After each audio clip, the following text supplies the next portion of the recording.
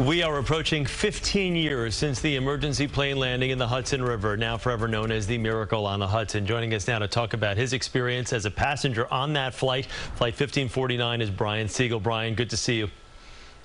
Good morning. Brian's also on the board of the Aviation Museum in Charlotte that was recently renamed after Captain Sullenberger. And Brian, I guess you couldn't think of a more worthy candidate to have his name at that Aviation Museum than Sully. Yeah, we're certainly thrilled that we've built a great relationship with Sully and Lori and their family, and that the museum will be able to continue to tell the story of that day and capture all the great passenger stories. And you know, many people may not know that we actually have the aircraft at the museum, which folks love to come and see. Brian, you were on that plane that day, and if I could, can I just ask your thoughts? What are you thinking when you are strapped to your seat and you come to the realization that Sully is going to land this thing in the Hudson River? Yeah, it was really surreal. For me, I was actually just on a day trip to New York that day. Fly up in the morning, fly back, something I had done all the time. And I had actually booked the 7 o'clock flight home that evening. But the weather at LaGuardia was terrible that morning. I thought, meetings ended early. Let me see if I can get back to the airport, get on an earlier flight. I actually got on the 5 o'clock flight and then got what I believe to be the last standby seat on Flight 1549. And so, you know, once everything started happening, once Sully said, "This is the captain, brace for impact," it was almost this moment of, I don't really think I'm supposed to be here right now, because I didn't have a ticket on that flight, and that wasn't where I had intended to be. So it was really surreal, and even since, it's been difficult sometimes to think, you know, did this really happen?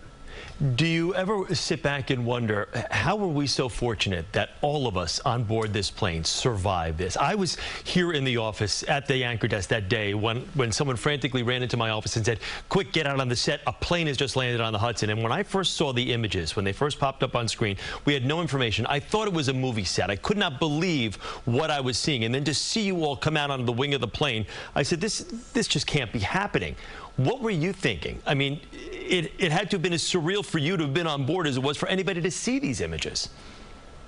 Yeah, I mean, at the time, we really didn't know what had happened. We just knew what was happening to us. I think it's in the years that have passed since where we really start to think about, you know, we lost both engines at 3,000 feet over one of the most congested places in the country. And, you know, the reality is maybe we shouldn't be here. But everything worked right. Everything worked the way it was supposed to be. The river, which actually was frozen that morning and which froze the next day, had thawed just enough that we were able to land. We had a pilot who was trained for this. He was a glider pilot.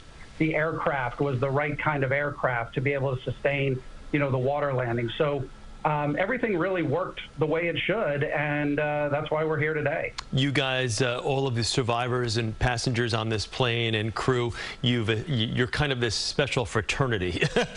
Do you keep in touch with one outside of the museum and your association with the museum? Do you keep in touch? Are there ever emails or group chats or anything like that that just, you know, every once in a while somebody says, "Man, were we fortunate on that day"? Yeah, there are. And through my work with the Sullenberger Aviation Museum and being on the board, it's given me an opportunity to really reconnect with so many people. I was able to help plan our big 10th anniversary celebration, which we had here in Charlotte back in 2019, and build relationships with the pilots and the flight attendants and the other passengers. I think over time, you know, it's natural that people start to drift apart. But in many ways, we're like a big family. You know, when we see each other, it's always hugs. It's asking about how everyone's families are doing.